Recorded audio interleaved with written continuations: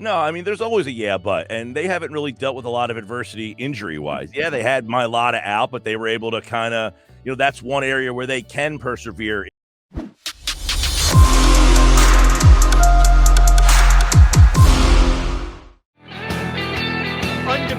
Wednesday. I'm going to say that until the Eagles actually lose a game.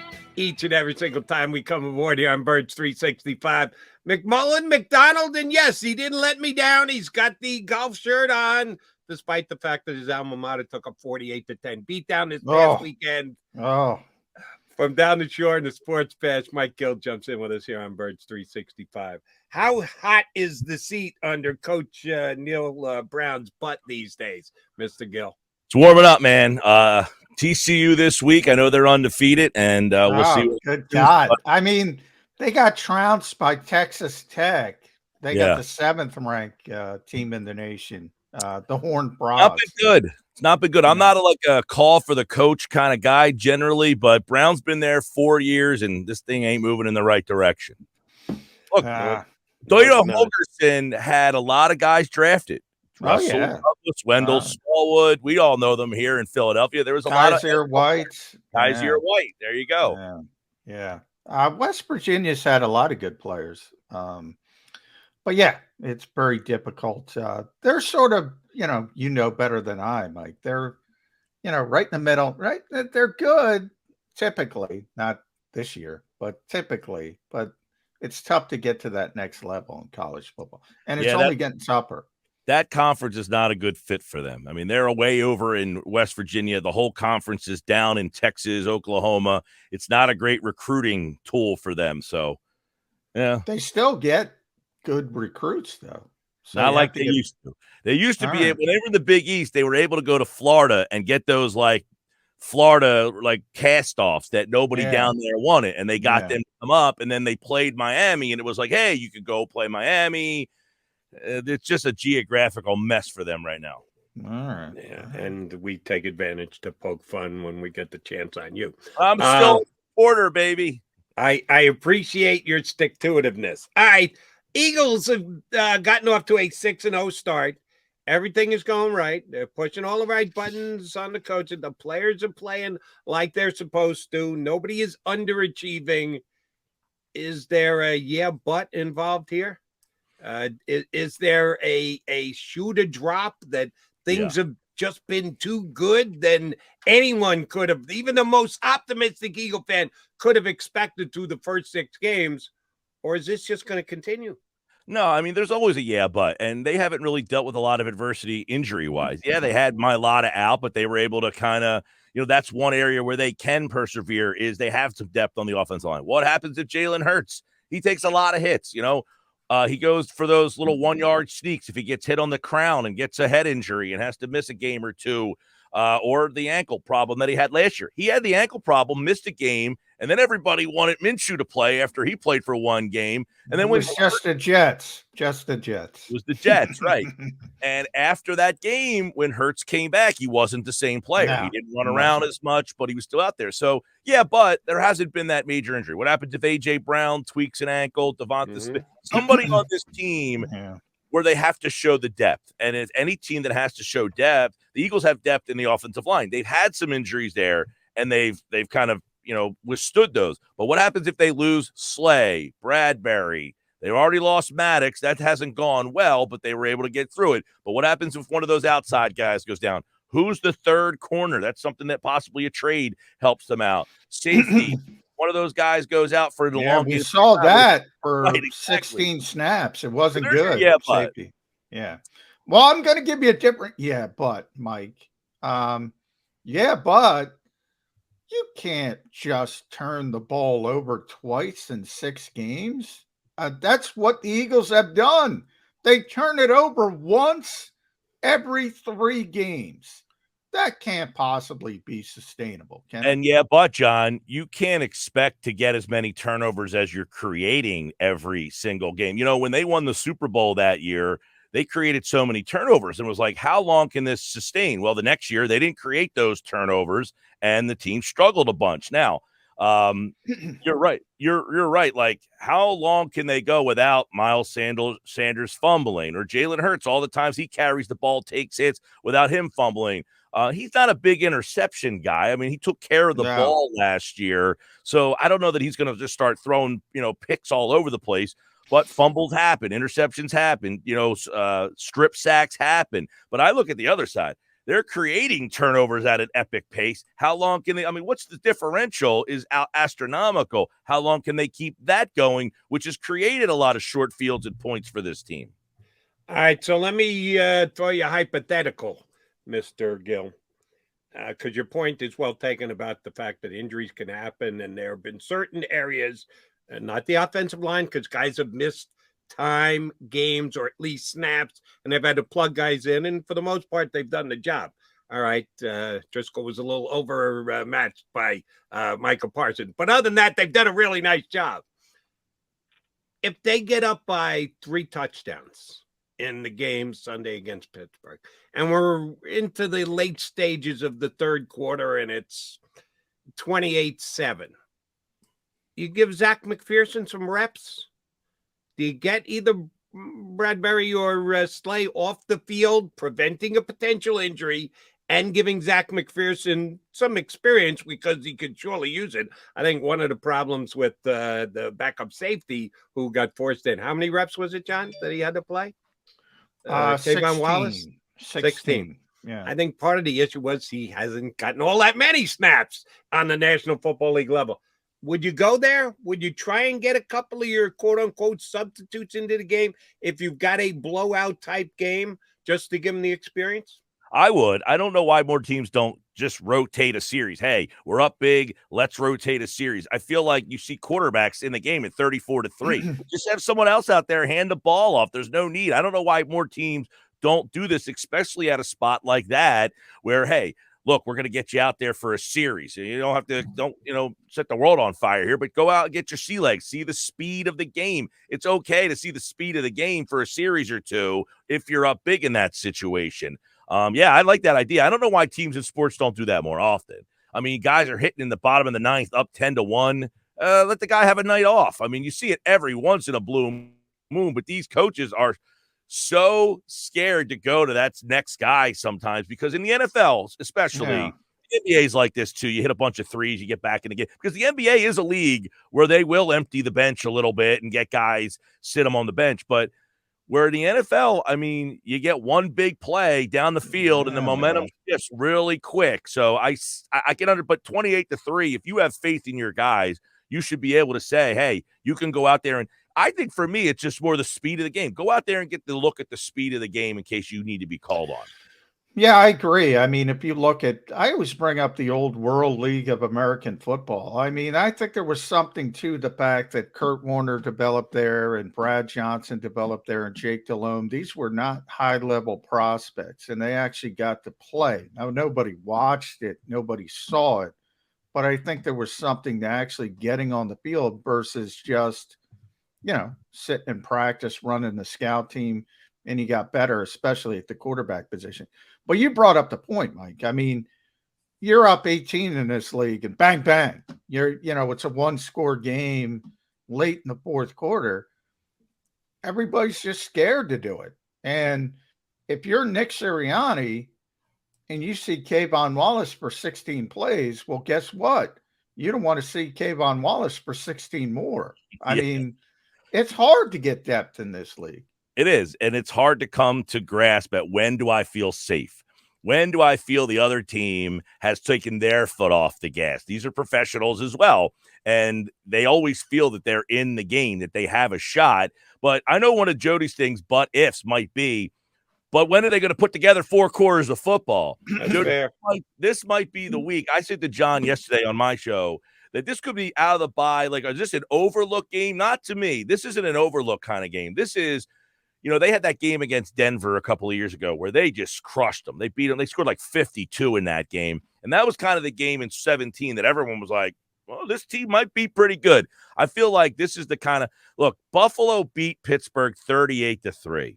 If you want to stay on the conversation, you don't have to, but the optics, if you want to stay on the level of where Buffalo is, You got to come around and smack this team and be like, all right, Buffalo beat you 38-3. You're at our place. We had a bye. We're not taking you light 38-10. Well, that's a tough standard, 38-3. I'm not saying 38-3, but I'm talking about what Jody wants. One of these where you don't take your foot off the gas at 24. Yeah. You just keep going past the 24. You know, it's like Kramer needing gas in his car and not getting off at the exit. Mr. Kramer! Yeah. You know, like, just keep going. Just keep scoring. This is the kind of game that you might be able to say, all right, Buffalo beat you 38-3. Let's see how we stack up with you. You know, one of the things, and I say it all the time because I love it, and Jim Schwartz told me the one time that games have personalities. And I said, you know what? Yeah, he's right. He's right. He's right. And on the rare occasion when you do blow out a team, all right, you look great. But, I mean, that's not necessarily an indication of anything. You know, it might be an indication the other team gave up just as much as you dominated. So I don't get caught up in these nebulous standards of playing 4 quarters. I've said this to Jody pretty consistently. I've said it to you. Every time this team has been challenged, they've answered the challenge. That tells me more than blowing somebody out who might be a bad football team, might give up on a particular game day. I always joke about that Buffalo-Kansas City game from the other direction. Everybody in the league overreacted to that. Oh, we can't compete with that. They don't play like that every week. Yeah. They don't play like that every week. Of course, you can't. John, you know from talking to me, I don't feel like I need to see it for me. I don't need that. You talked on Monday about how Sirianni is the best panderer out there. I'm pseudo pandering to. This is what the fans want to see. They want to see that you are on the level of, if Buffalo can beat that team 38-3, then you need to be. I don't care if they win the game 10-3. On that Sunday, you only figured out how to score 10 points. Okay, that Sunday's over. What do you score 5 Sundays from now? It's not going to be 10, most likely. I go back to a couple of years ago. I think it was the year 2019. Foles ended up coming in. They lost a game to the Dolphins. The Dolphins were horrible, and they lost that game. And they're not making a playoff. Stop talking about the playoff. They won 4 straight games after that. So whatever happened on that Sunday in Miami didn't happen again the rest of the way, and they won 4 straight games. So if we haven't by now figured out that what happens on one Sunday has nothing to do with the next Sunday, sports have meticulized to, they are compartments of their own. I think there's some carryover, but some people overstate the carryover. You're right about that, Mike. All right. Speaking of carrying over, I want to carry over from last year because I know you had to deal with it on the show. We had to deal with it on Birds 365. I had to deal with it on WIP. The Eagles can't beat a good quarterback narrative. Was beaten to death last year. And the facts were the facts. They played some bad quarterbacks. It wasn't made up out of whole cloth. It was probably overemphasized and overstated, but they did face some bad quarterbacks. Kenny Pickett, Davis Mills, Taylor Heineke, and probably Sam Ehlinger for the next 4 weeks. Are we falling back into that same narrative again this year when they rip off what and get to 10-0? Yeah, but who'd they be? Who is the quarterback of the opposition?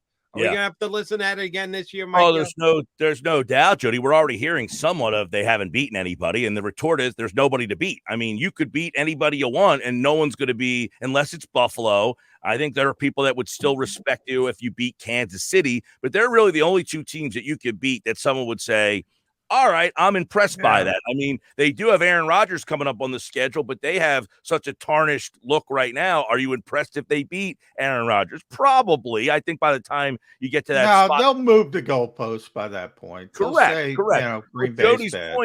Jody's point is accurate. There isn't a quarterback. I mean, Tannehill's coming up. You got Dak Prescott. I guess that's second time you play Dak. Is he Daniel Jones, baby? Yeah, but that's the whole league, Jody. I mean, until we come to terms with Buffalo and Kansas City aren't on your schedule, so you can't beat them, and nobody respects any other team in the league, you're not going to get the respect until you end up at the end of the line. That's it. I mean, Kirk Cousins, you beat him. no one's going to be impressed by that, but he's probably one of the best guys you got going right now. Yeah.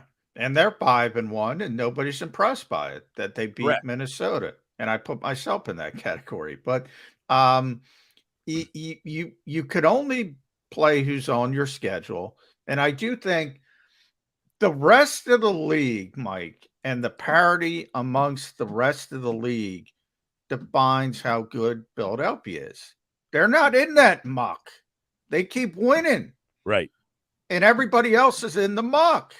So that, to me, defines why they're good. Well, and why they haven't put together this quote-unquote complete game where they probably could score more than 24. They could keep going. They haven't done it.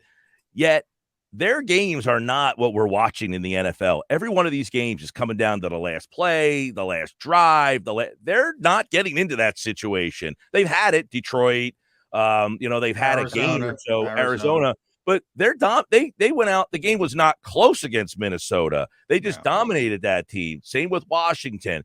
Most teams, and even the bad teams, they're hanging around these games. Philadelphia is showing the separation by not being in these claws every single week in a league that is serving you bad football, but bad, exciting football. Philadelphia is not generally in that mix. They are pulling away from these teams. Not every single week. You can't expect it over 17 weeks, but when they need to, you put Minnesota 5-1 on our plate. That game's not close. Dallas, they're up 17-0. Go ahead, Jody. I see you wanted to spar with me. No, I don't. I was thinking about the next question I was going to ask. And again, it's a question that Eagle fans won't like me to ask. And I'm not saying it's what I think's going to happen. I'm just putting it out there because there are other situations similar in the NFL.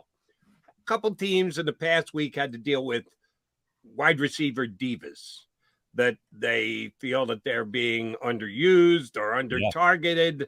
Happened with the Jets with Rondell Moore. Who the hell is Rondell Moore? Elijah Moore, excuse me.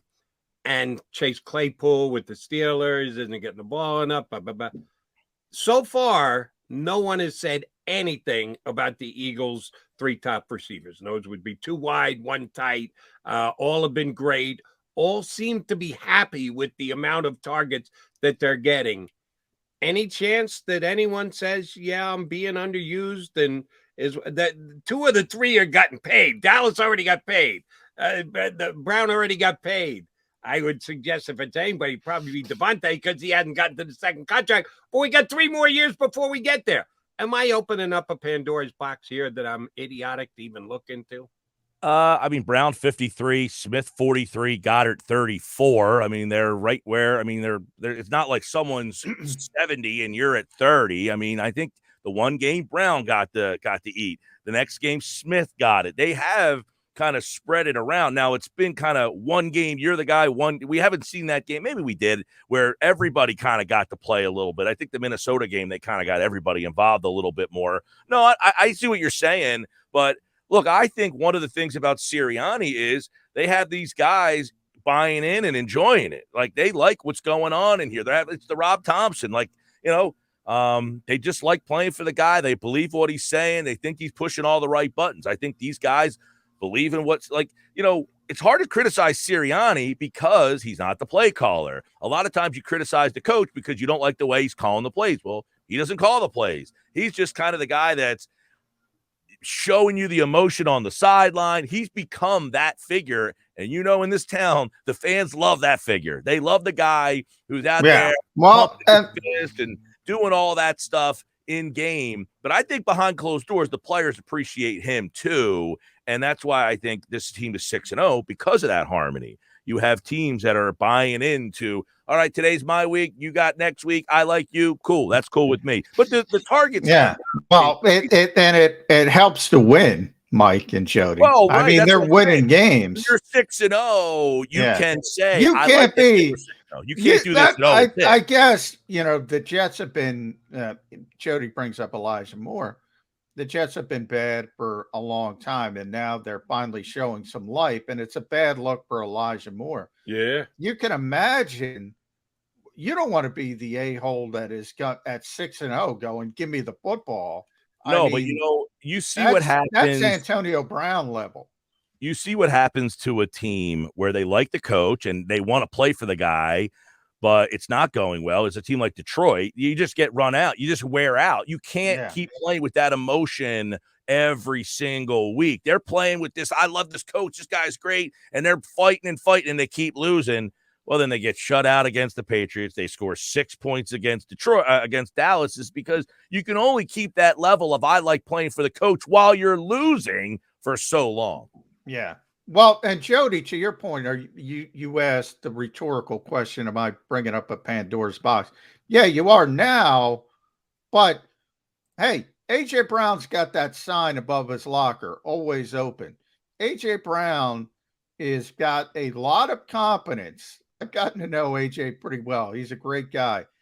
If they lose games and he's not getting the football, oh, you're going to hear about it, but they're not losing games. They're not losing games. What happened in 2017? They lost the game against the Chiefs, and LeGarrette Blount, I don't think, got a carry in that game, and he got asked about it, and there was a little rumbling, and that was about all you heard that season. And after that, Blount was a part of the offense. They ran the ball a little bit more, but that one game you did have, hey, what's going on? Why isn't LeGarrette Blount carrying? I think it was 17, right? It had to be. He was only on the team the one year, but it was Blount that didn't get a carry against the Chiefs. So, yeah, if you have a game, even when there's tons of success, when you deal with that one game of adversity, you're going to be like, we could have won that game if you threw the ball to me. But, does that bring the whole team down? I doubt it if the team is special enough. If the team's special enough. If they're not special enough, you can't handle it. All right. Yesterday, Jay Glazer, who I respect as one of the best NFL insiders, and he's actually a buddy, when asked about the Eagles, would they make any trades? Howie Roseman does like the deal. He said, if they do anything, I would see running back as something they would look to add. Now, I love Glazer. He's, like I said, I've known him 30 plus years. Where do you think he's coming up with this? He's really smart, B, really tied in. I don't think the Eagles need a running back. If they had an injury, I'd say, okay, fine. Even if it's a lower level guy, not a guy who would compete with Miles for the most carries. Why do you think Glazer went running back? Can I jump in before you answer, Mike? Well, he as he said this quote, I was talking to Howie Roseman. Jay's got the backbone. So, I mean, yeah, he knows. And so I'll add that on, like running back, and you go back to 2017. LeGarrette was playing fine, but they had an opportunity to add Jay Ajayi to the mix. If they can do the same thing now and say, if it's Miles Sanders and David Montgomery, Jimmy Kempski brought up David Montgomery. If it's Miles Sanders and Kareem Hunt, somebody like that, well, just pick the best player, play the best player, like the Eagles did that year. Who's got the hot hand? I could see that happening. Yeah, no, I don't think it's a necessity that you have to get this guy, much like Jay Ajayi. I think everybody was kind of like, when they got him, like, whoa, okay, now you mean business. We didn't think we needed that guy, but could this team? I think I like Boston Scott, but they don't view him for whatever reason as kind of that Darren Sproles kind of catch the ball out of the backfield kind of guy, where he can kind of get in there for a series or two and be used in the screen game and the kind of curl out of the backfield. Maybe they go out and get a guy who can catch the ball, run some routes. Because for whatever reason, they don't view these running backs, to me anyway, maybe you guys disagree, as pass catchers. Like Sanders, they don't look at. He had a rookie year. He caught the ball 50 times. They haven't thrown it to him since. He's had some drop issues. Scott, they don't use in the pass game all that much. And they don't even use Gainwell. Gainwell was supposed to be that guy, and he hasn't. So if you find a guy who that's his specialty, Sal Powell was on with me. He mentioned like a Rex Burkhead, a guy who just catches the ball. That's what he does. He's a veteran. He knows where the sticks are. He can get that 3rd and 5 out of the backfield, dump out. That guy that just frustrates the hell out of a defense, that when he catches the ball, he catches it and gets right up the field, gets that first down, and keeps the sticks moving. Here's how I would answer a question if I were the head coach of the Eagles. Phone rings at my office. It's Howie Roseman, says, listen, I can get David Montgomery for a 6th-round pick. What do you think? I'd do that yesterday, by the way. If I can get David, I'd do that yesterday if I could get David Montgomery for a 6th-round pick. Yeah. Okay. He's a good player. Here would be my response if I were Coach Sirianni. No, we're good. I pass, because what are you going to use him for? He's going to come in. He's going to be the short yardage back. Well, guess what? If he gets stopped on third down, if he gets stopped on the goal line, you know what Eagle Nation's going to say? Why didn't you just use Jalen? He can't be stopped on a 3rd and 1, a 4th and 1. You hand it off to Montgomery. He doesn't make everybody's coming down on the coach. If I'm the coach, I go, no, I got what I need here in the backfield. Yeah, so I agree. I don't think power, everybody's like, they need that short yardage back. They got to be one of the best teams in football when it comes to short yardage. They are. Jalen Hurts. That's their guy. I understand the thought process of we don't want our guy constantly, I was on with Saratella yesterday, and he asked about all the times that Hurts has to lower himself and how many times he gets hit on the crown of the head. Are you worried that he gets a concussion because of that? Sure, it has to be thrown into the mix. So do you go 3rd and 1 or 4th and 1 every single time with that? No. So who's the guy who takes that handoff? Okay, Boston Scott, maybe you hand it to him. Gainwell's been okay on those little short yards. But the point of in a big spot goal line, they're going to use Hurts. That's the guy. They're not going to hand it to David Montgomery. No. Well, and the bigger point to me, and because I was emailing with Sal, and he brought up Rex Burkhead to me as well. And here's where I take it from that angle. You guys are right. The Eagles have the best short yardage runner in football. He just happens to play quarterback. So to me, that's not a need. But also because of the quarterback, that's part of the reason they don't throw the ball to running backs. Why bother? Yeah. Why bother dumping it off and getting 5-6 yards when your quarterback can take off and get 15 or 20? So I don't think that's a value either, to be honest. Yeah. If you can't get Kenny Gainwell involved, you can't get Rex Burkhead involved. Right. The guys he gave me, by the way, were Burkhead, Brandon Bolden, who caught 41 balls last year, Latavius Murray as a power back, and then he mentioned Kareem Hunt if you want to kind of make the big splash. Those were the 4 names he gave me. Yeah.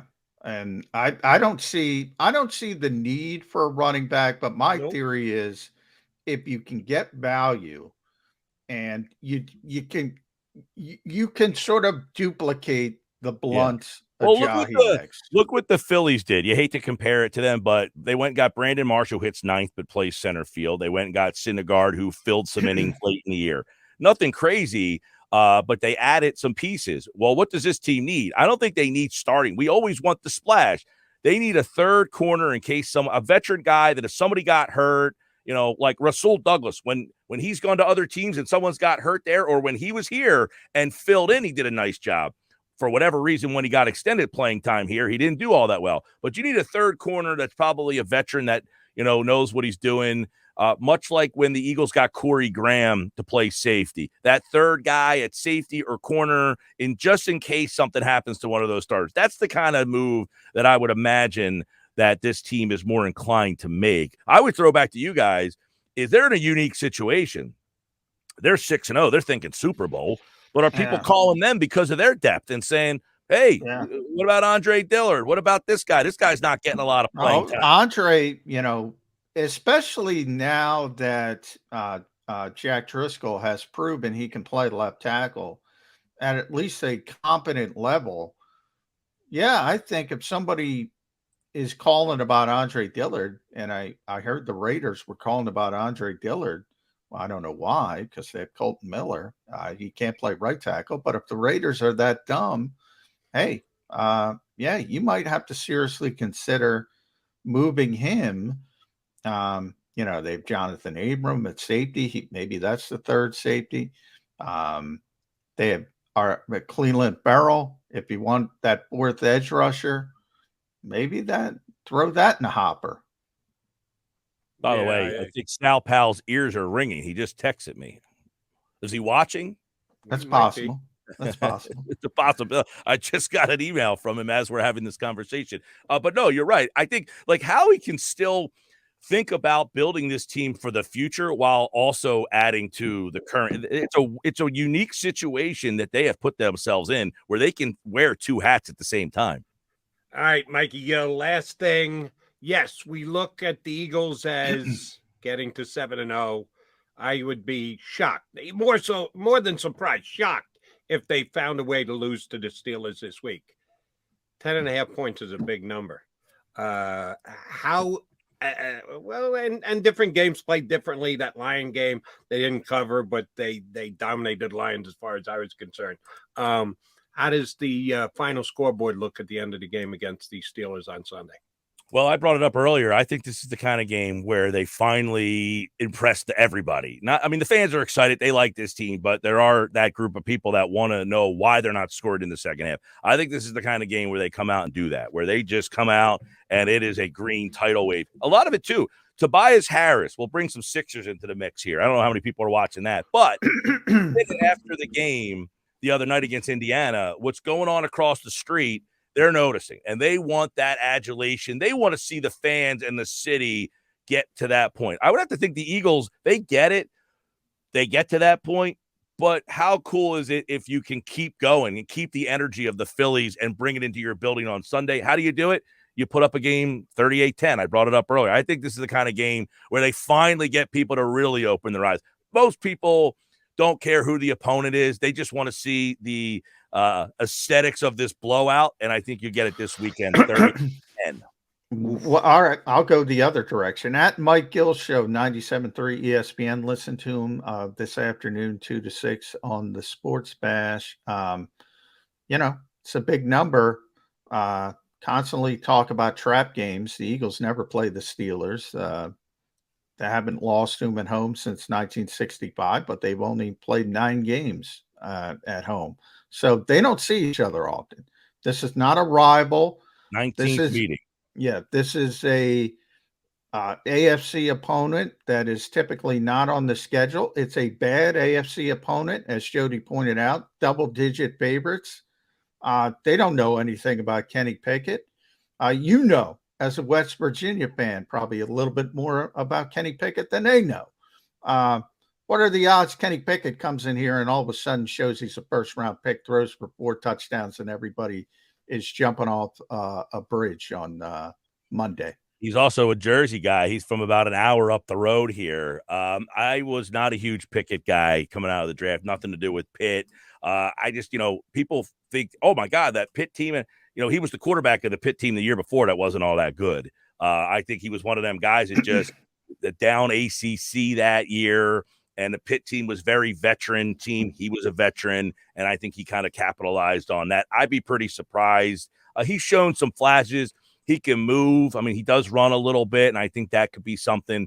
I'm surprised at how, it's funny, Salpow, one of the notes he sent me is that Kenny Pickett starts have all gone under the total this year. They're just not scoring. They got some weapons on offense. You mentioned Claypool, Johnson, Najee Harris. Why is this team not scoring? I just think the inconsistent quarterback play has been a big problem. Should he be better?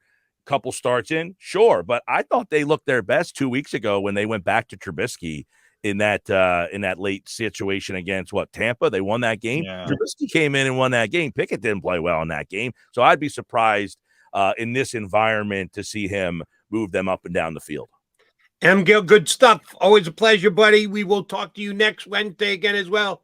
Who's West Virginia lose to this weekend? TCU, baby. Upset City. Horned Frogs, number 7 in the country. TCU has been in like 5 conferences in the last 10 years. They were in the Big East for 5 minutes. Do you remember that? The Steelers have a better chance to beat the Eagles than your West Virginia Mountaineers have of beating TCU. Sorry to tell you, bud. Gill, always a pleasure. Thanks, Mike. All right, guys. Thanks.